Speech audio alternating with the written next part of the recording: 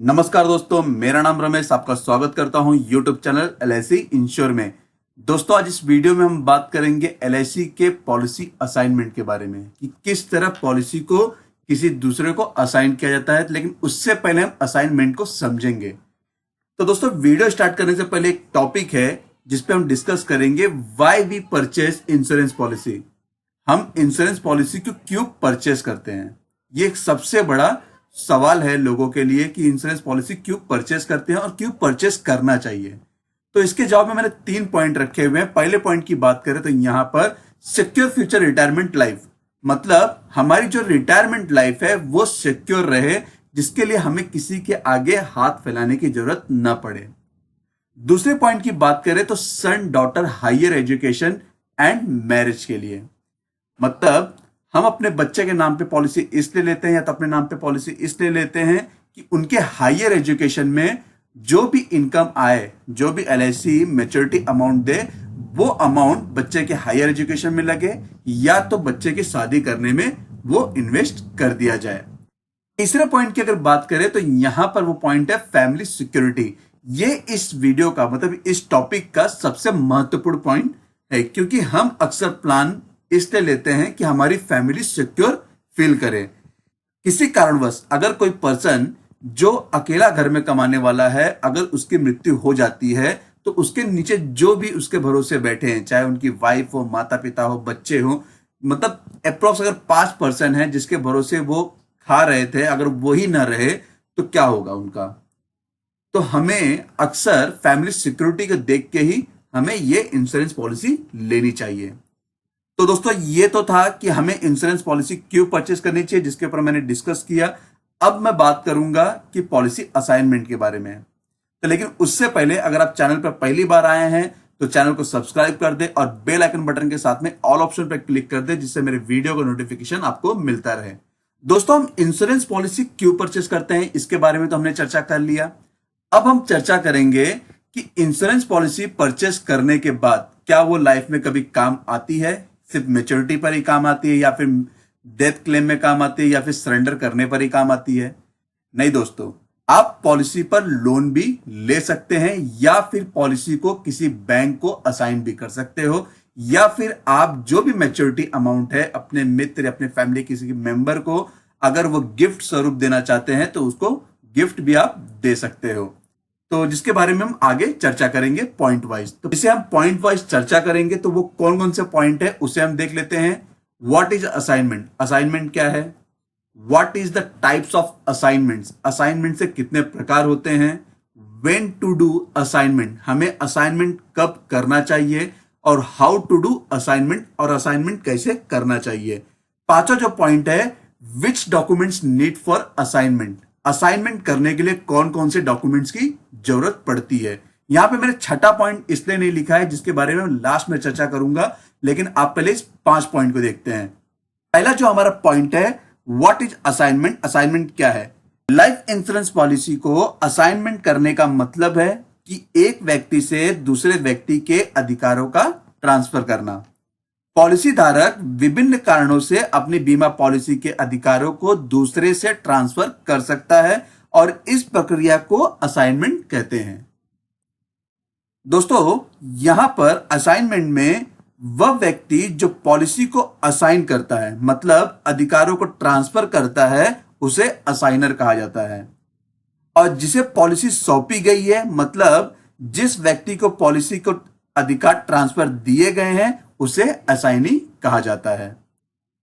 मतलब दोस्तों, आप यहां पे इसे इतना समझ गए हैं कि असाइनर किसे कहते हैं, असाइनी किसे कहते हैं। लेकिन एक बार जब अधिकारों को असाइनमेंट में ट्रांसफर कर दिया जाता है तो असाइनर के अधिकार रद्द हो जाते हैं और असाइनी पॉलिसी का मालिक बन जाता है। और वो तब तक बना होता है जो भी आप उससे अमाउंट लिए हैं उसे रिटर्न नहीं करते हैं, तब तक वो उसका मालिक है। दूसरा हमारा पॉइंट है, what is types of assignment, मतलब असाइनमेंट के कितने प्रकार होते हैं। पहला जो प्रकार है वो है एब्सोल्यूट असाइनमेंट, जिसे हम हिंदी में निरपेक्ष असाइनमेंट कहते हैं। इसका अर्थ है कि किसी भी व्यक्ति को शर्तों को लागू किए बिना असाइनर से असाइनी को अधिकारों को पूर्ण रूप से ट्रांसफर करना।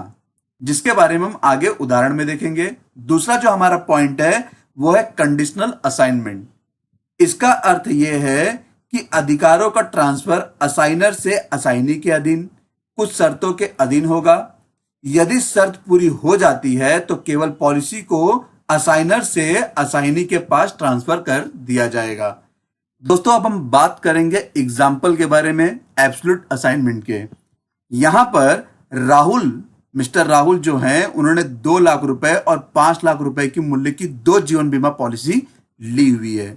वह अपने सबसे अच्छे दोस्त मतलब जो उसका बेस्ट फ्रेंड है मिस्टर अजय को 2 लाख रुपए की पॉलिसी एज अ गिफ्ट देना चाहते हैं। उस स्थिति में वह अपने नाम की पॉलिसी को पूरी तरह से असाइन करना चाहते हैं, जैसे कि मृत्यु या तो मैच्योरिटी होने पर उसका सीधा भुगतान उसके दोस्त अजय को मिले। इस प्रकार के असाइनमेंट के बाद अजय पॉलिसी का पूर्ण रूप से मालिक बन जाता है। यदि वह चाहे तो किसी अन्य कारणों से इसे फिर से किसी और को ट्रांसफर कर सकता है। इस प्रकार के असाइनमेंट को निरपेक्ष मतलब एब्सोल्यूट असाइनमेंट कहा जाता है। अब हम बात करेंगे कंडीशनल असाइनमेंट के एग्जाम्पल के बारे में। राहुल को यहां पर 5 लाख रुपए की जरूरत है, जिसके लिए वह कर्ज लेना चाहता है अपने दूसरे पॉलिसी पर। वह उसके लिए एबीसी बैंक में लोन के लिए एप्लीकेशन देता है। उसे उस बैंक की पॉलिसी को सशर्त रूप से मतलब कंडीशनल रूप से असाइन करना होगा बैंक को, और फिर बैंक उसे लोन की राशि का भुगतान करने में सक्षम होगी। अगर राहुल कर्ज चुकाने में नाकाम रहता है तो बैंक पॉलिसी सरेंडर कर देंगे और उसके पैसे उसे वापस मिल जाएंगे। अगर जब राहुल लोन पूरी तरह से चुका देता है तो पॉलिसी फिर से उसके पास वापस से रीअसाइन हो जाएगी। अगर किसी कारणवश कर्ज चुकाने से पहले राहुल की मृत्यु हो गई है, फिर भी बैंक अपना पैसा वापस पाने के लिए पॉलिसी को सरेंडर कर सकते हैं। इस प्रकार के असाइनमेंट को सशर्त मतलब कंडीशनल असाइनमेंट कहा जाता है। दोस्तों हमारा जो तीसरा पॉइंट था व्हेन टू डू असाइनमेंट, हमें असाइनमेंट कब करना चाहिए। तो यहां पर मैं आपको असाइनमेंट कब करना चाहिए उसके बारे में भी बताऊंगा, लेकिन रीअसाइनमेंट भी कैसे होता है उसके बारे में भी आपको यहां पे बताऊंगा।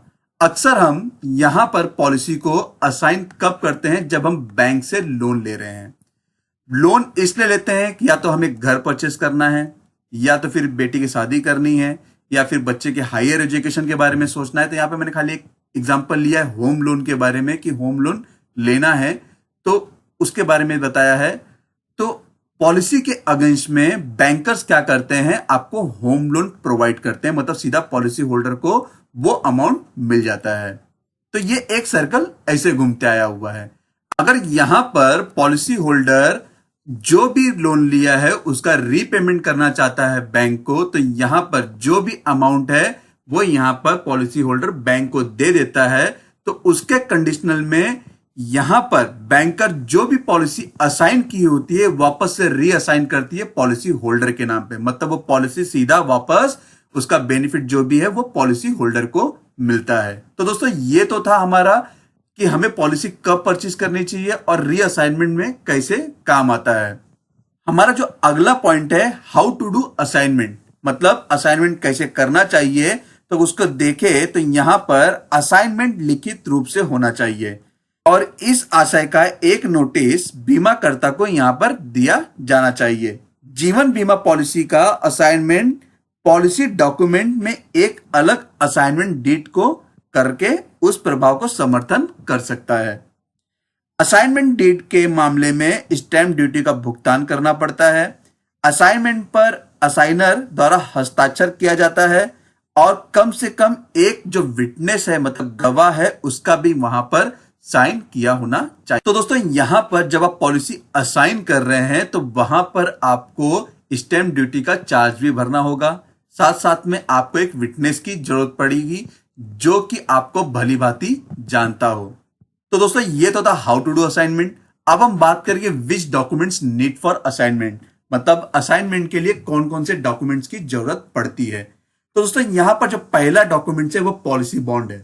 मतलब जब आप इंश्योरेंस परचेस करते हैं तो हार्डली 1 महीने के अंदर या फिर 1.5 महीने के अंदर आपको पॉलिसी बॉन्ड मिलता है। तो आप उस बॉन्ड के ऊपर लोन ले सकते हैं। दूसरा, एड्रेस प्रूफ चाहिए, चाहे वो आधार कार्ड हो सकता है, लाइट बिल हो सकता है, बैंक पासबुक हो सकता है, या फिर इसमें से कोई भी एक डॉक्यूमेंट्स आप जमा कर सकते हैं। तीसरा है आईडी प्रूफ, वो है पैन कार्ड, पासपोर्ट, आधार कार्ड, जो भी आपके पास आईडी प्रूफ है वो आप यहां पे जमा कर सकते हैं। चौथा पॉइंट मैंने यहां पे इसलिए नहीं लिखा है, उसके बारे में आगे मैं बताऊंगा, वो है एप्लीकेशन फॉर्म और एक रिटर्न लेटर होना चाहिए।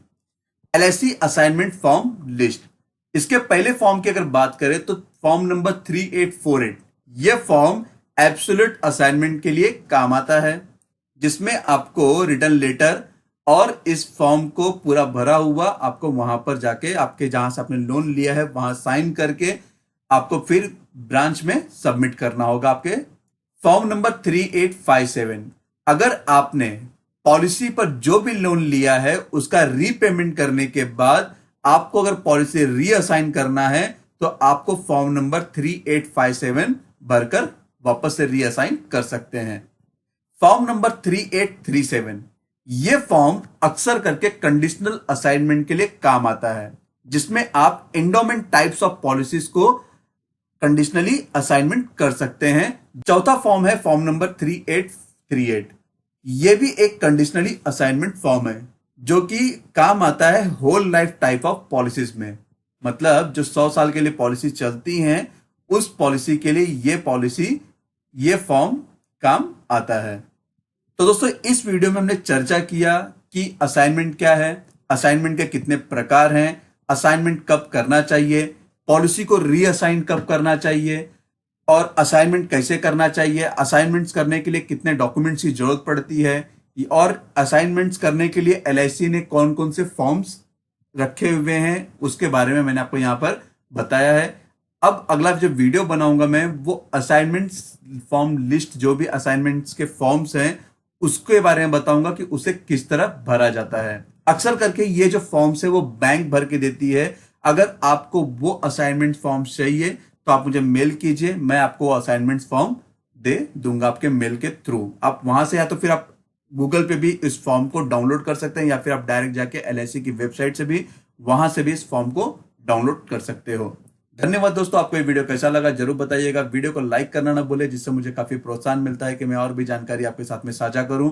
अगर आपको इंश्योरेंस से रिलेटेड कोई भी इंफॉर्मेशन चाहिए तो आप मेरी वेबसाइट www.licinsure.in पर विजिट कर सकते हैं। मुझे ईमेल भी कर सकते हैं licinsure1@gmail.com पर। अगर आपको क्वेरी है तो आप मुझे कमेंट बॉक्स में कमेंट भी कर सकते हैं। चैनल को सब्सक्राइब कर दे और बेल आइकन बटन के साथ में ऑल ऑप्शन पर क्लिक कर दे, जिससे मेरे वीडियो का नोटिफिकेशन आपको मिलता रहे। धन्यवाद दोस्तों।